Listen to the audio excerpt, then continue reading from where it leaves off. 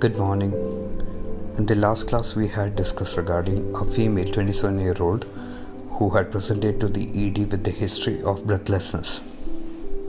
So, when we did an ABG, we had found that she had a lactate level of 3.2 millimoles.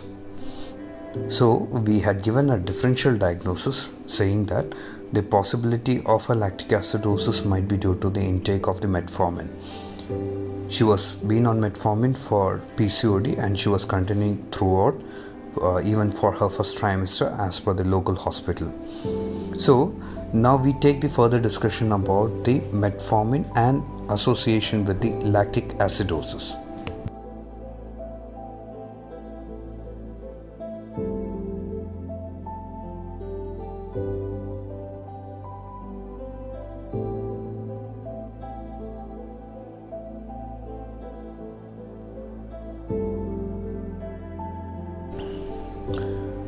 Lactic acidosis associated with metformin is also called as MALA, metformin associated lactic acidosis. To diagnose a patient with MALA, usually the pH of the patient should be less than 7.35 and the lactate level should be more than 5 millimoles per liter. Here in our case, the pH was 7.24 but the lactate levels were about 3.2 millimoles per liter. So definitely lactic acidosis associated with metformin was remotely ruled out.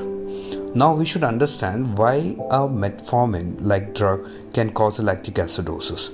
Metformin inhibits a lactate removal from the liver and the muscle. Simple to understand, metformin stops lactate excretion from liver and the muscle. It happens at the mitochondrial level. We call it as mitochondrial respiratory chain complex.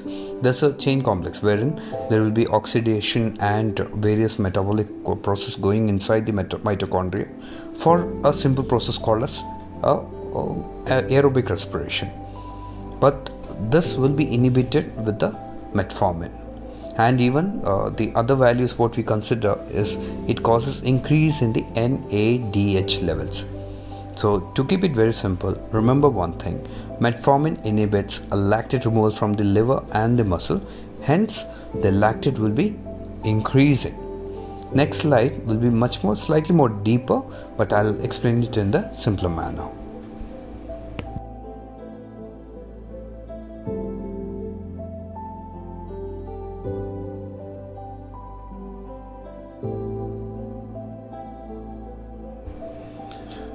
In this particular slide, I have shown much more detailed activity going inside a patient body wherein the metformin actually leading on to lactic acidosis.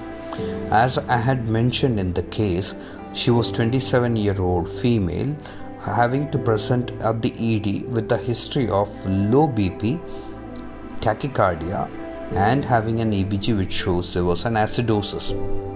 There are two conditions where the patient would lead on to a more dangerous state of lactic acidosis.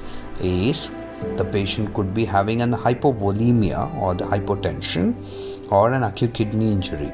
Upon that, the patient is consuming an metformin, definitely that will lead on to the increase in the lactate levels. Okay, so go back to the case what I had mentioned. This particular female who had presented to the ED had a hypotension. BP was around 84 and 42. The BP was lower.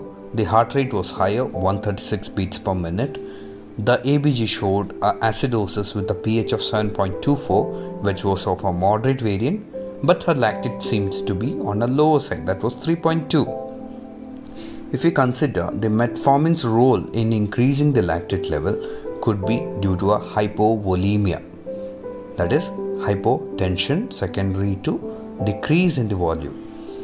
I had mentioned that the patient had a vomiting as well as the hypotension. These two reasons are enough to cause a electron transport chain reaction to get inhibited, and that will increase the NADH level.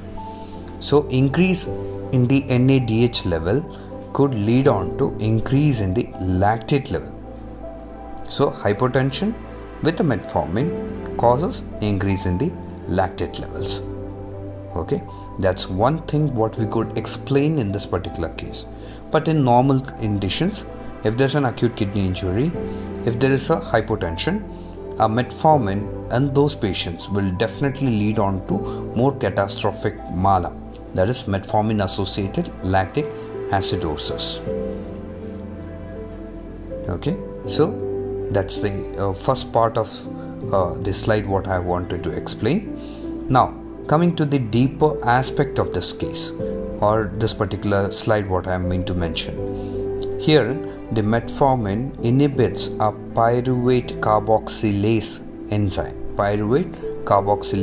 enzyme, which is responsible for converting the pyruvate into oxaloacetate and then going into a glucose conversion.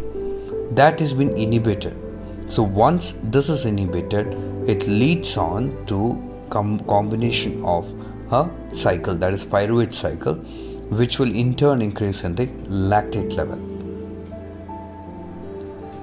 NADH levels increase and all that will be discussed in the further future classes. Just remember one thing, pyruvate cycle is the one which I was mentioning in the classes. It is responsible for lactate accumulation. If a patient is consuming metformin, there is a direct inhibition of pyruvate carboxylase enzyme and also electron transport chain inhibition. These two will lead on to increase in the lactate levels. Thank you.